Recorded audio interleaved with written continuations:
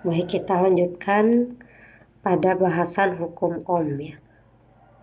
Oke, hukum Ohm ini sangat populer. Nah, dalam banyak pemakaian, arus listrik yang mengalir mempunyai harga konstan ya.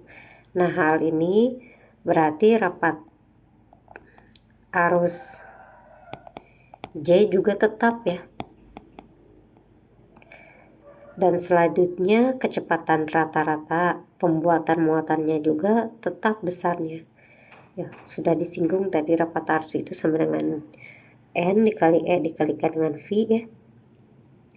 Nah, dalam kawat ada medan listrik E yang sudah kita gambarkan sebelumnya.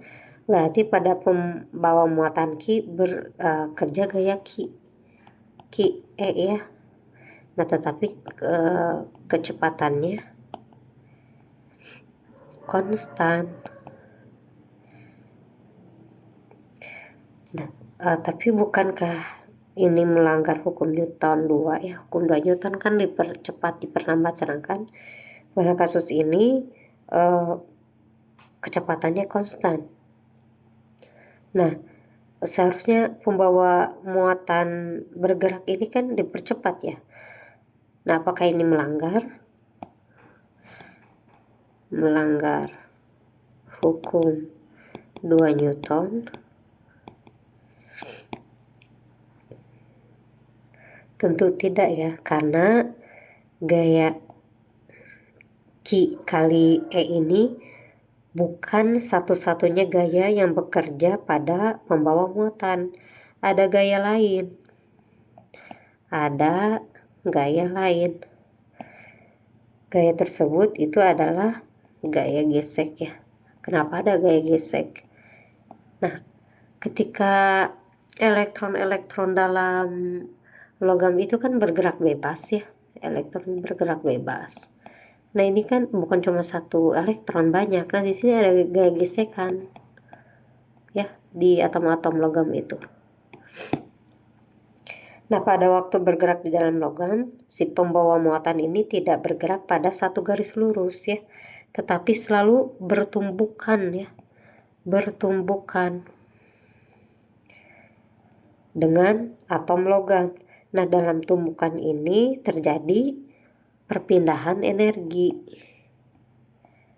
Terjadi perpindahan energi. Nah, makin cepat gerak pembawa muatan, makin banyak pula tumbukan yang dialami tiap satuan waktu. Nah, secara rata-rata si pembawa muatan ini akan kehilangan energi ya. Kan terus bergerak.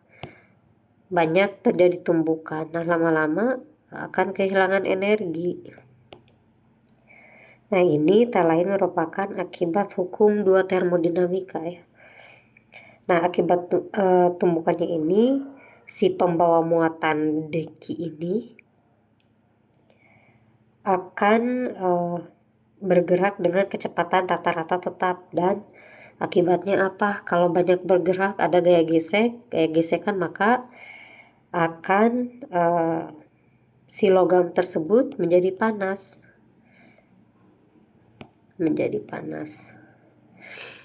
Jadi awalnya elektronnya itu banyak bergerak ya kan, tidak garis lurus.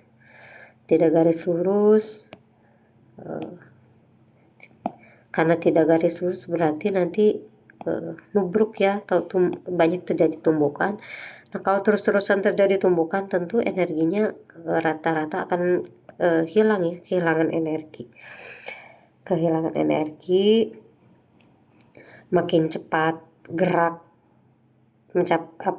makin cepat geraknya, maka tumbukan yang dialaminya juga makin banyak ya. Nah, sehingga logam menjadi panas. Nah, bertambah panasnya logam akan dibahas di hukum selanjutnya, nanti di hukum Joule. Kalau sekarang masih Ohm, jadi kita tidak akan membahas lebih jauh. Nah, pengaruh tumbukan terhadap gerak membawa muatan ini dapat kita nyatakan dengan gaya gesekan gaya gesekan yang bekerja pada muatan. Nah, persoalan yang kita bahas ini hampir mirip dengan gerak peluru yang jatuh di dalam gliserin. Kalau pernah praktikum gaya gesekan Stokes, nanti biasanya tuh ada bola-bola berat ya dijatuhkan ke minyak. Jadi ini tabungnya seperti ini. Ini bola, ini gliserin, minyak.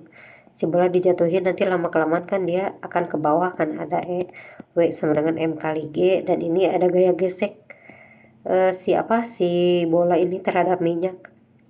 Kita tulis F yang arahnya ke atas. Nah, harga F ini sama dengan gaya berat mg ya. Nah, setelah keadaan ini tercapai, nah peluru bergerak dengan kecepatan konstan yang akhirnya kita sebut kecepatan akhir ya. Kecepatan akhirnya itu ketika mencapai kecepatan konstan, ketika si F-nya ini sama dengan gaya berat. Makin besar gaya berat W, makin besar pula kecepatan akhirnya ya. Kalau kita tuliskan kecepatan akhirnya itu sebanding dengan gaya beratnya ya. Oke, ini hanya penganaloginya saja. Nah, dari analogi dengan gerak peluru dalam gliserin itu ditembakkan dari atas. Kecepatan rata-rata akhir pembawa muatan harus konstan dan sebanding dengan kuat medan listrik E. Nah, akibatnya si rapat arus juga sebanding dengan kuat medan listrik E. Kalau ditulis secara matematis, J sama dengan sigma dikalikan dengan medan listrik ya. Nah, hubungan ini dikenal sebagai hukum Ohm ya. Hukum Ohm. Tetapan pembanding sigma ini disebut dengan konduktivitas listrik. Nah, suatu bahan dengan harga konduktivitas yang besar akan mengalirkan arus yang besar pula ya untuk suatu harga kuat medan listrik E. Adapun ketika bahan mempunyai konduktivitas yang tinggi, kita sebut dengan konduktor yang baik. Konduktor baik. Oke, nah coba kita kembali ke logam ya. Nah, katakanlah di sini ada logam berpenampang serba sama. Oke, di sini saya gambarkan. Oke, ada titik P, ada titik Q. Sini luas penampang P dan Q ya. Sini ada medan listrik. Ini luas penampang A, luas penampang Q ya. Ini luas penampang P. Sini bergerak sepanjang L. Nah, di sini ada arus listrik yang mengalir. Nah, misalkan beda potensial pada titik P dan Q ini adalah V ya. Beda potensialnya yaitu Vp dikurangi Vq atau sama dengan V. Nah, bila medan listrik dalam logam ini dapat dianggap serba sama, artinya nya juga sama ya. Kuat medan listrik dalam logam harus sama dengan V per L ya. Hukum Ohm yang tadi yang J sama dengan sigma dikalikan E menyatakan bahwa rapat arus sama dengan sigma kali E, ini sama dengan E sigma dikalikan dengan E-nya diganti dengan V per L ya. V per L atau potensial dibagi panjang kawat. Nah, sehingga arusnya I sama dengan J kali A yang tadi sudah disampaikan. I kalikan rapat arus kali luas permukaan ini sama dengan sigma dikalikan dengan A luas penampang per panjang dikalikan dengan V ya. Nah, bila tetapan yang sigma dikali A per L ini kita tuliskan I per R, maka persamaan ini berubah menjadi V ya, sama dengan I dikalikan dengan ininya R ya. Ini sama dengan V sama dengan I kali R. Nah, persamaan ini menyatakan arus sebanding dengan beda potensialnya. Ini beda potensial. Ternyata berlaku dalam banyak keadaan. Nah, hubungan ini dikenal sebagai hukum Ohm ya. Jadi asal muasalnya itu tadi juga hukum Ohm. Nah, ini yang lebih populer karena sudah dikaitkan dengan medan listrik. Nah, bentuk ini mungkin lebih kita kenal dari pada bentuk persamaan yang tadi ya, yang J sama dengan sigma dot E ya. Nah, untuk logam berpenampang sama, maka R sama dengan 1 per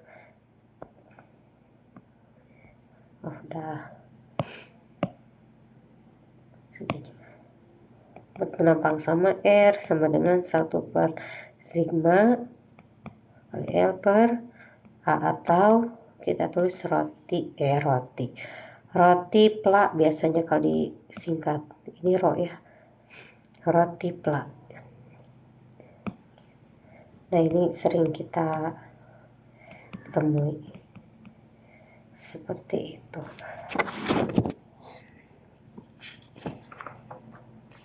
Oke, sebagai tambahan pengetahuan untuk tetapan rho sama dengan 1 per sigma ini disebut resistivitas ya, resistivitas atau hambatan jenis. Jadi jangan kebalik.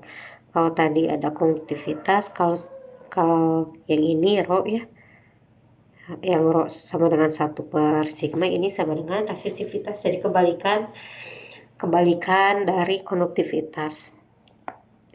Nah, sedangkan untuk R ini adalah hambatan ya, hambatan atau resistansi. Nah, adapun satuan resistansi ini adalah ohm ya, bisa ohm, bisa V per A. Volt per ampere kan dari V sama dengan I kali R. Oke, atau sering juga dinyatakan dengan huruf Yunani ya, simbolnya omega. Nah, dalam rangkaian listrik dalam kehidupan sehari-hari, dalam rangkaian listrik ini banyak digunakan resistor ya. Resistor ini adalah komponen yang dibuat agar mempunyai harga resistansi tertentu. Jadi kalau alatnya kita kenal dengan resistor.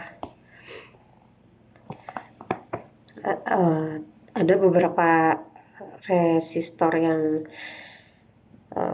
bisa kita temui ya. Biasanya kalau untuk konduktor ada aluminium, lalu ada karbon, ada tembaga ya, ada perak dan lain sebagainya. Untuk isolator ada gelas, ada kaca mika ya, plastik mika, kuarsa, lalu yang paling banyak kita temui ada kayu ya. Kayu ini isolator. Adapun bahan yang resistivitasnya antara logam dan isolator biasanya disebut semikonduktor ya, jadi transisi. Dalam semikonduktor ini jumlah elektron bebasnya bergantung pada temperatur ya. Makin tinggi temperatur maka makin banyak elektron bebasnya. Adapun kalau temperaturnya mendekati 0 derajat Kelvin, berarti itu tidak ada elektron bebas ya, sehingga bahan semikonduktor ini bersifat isolator. Kalau untuk contohnya bila logam dipanaskan, maka nanti si hambatan atau resistensinya naik ya, karena getaran atom dalam logamnya itu makin keras, dan tumbukan yang dialami oleh pembawa muatan makin banyak, sehingga nanti si logam tersebut mempunyai koefisien temperatur yang positif ya. Begitupun sebaliknya, yang bahan semikonduktor ini mempunyai koefisien temperatur negatif. Jika makin tinggi temperaturnya, maka nanti makin rendah juga harga hambatan listriknya. Ini bisa terjadi karena pertambahan jumlah elektron bebas ya. Dengan naiknya temperatur, maka mempunyai pengaruh lebih kuat daripada getaran atom pada harga resistensi, seperti itu. Oke, untuk hukum Ohm mungkin cukup sekian pembahasannya. Selanjutnya kita akan pelajari mengenai hukum Joule ya. Oke, baik.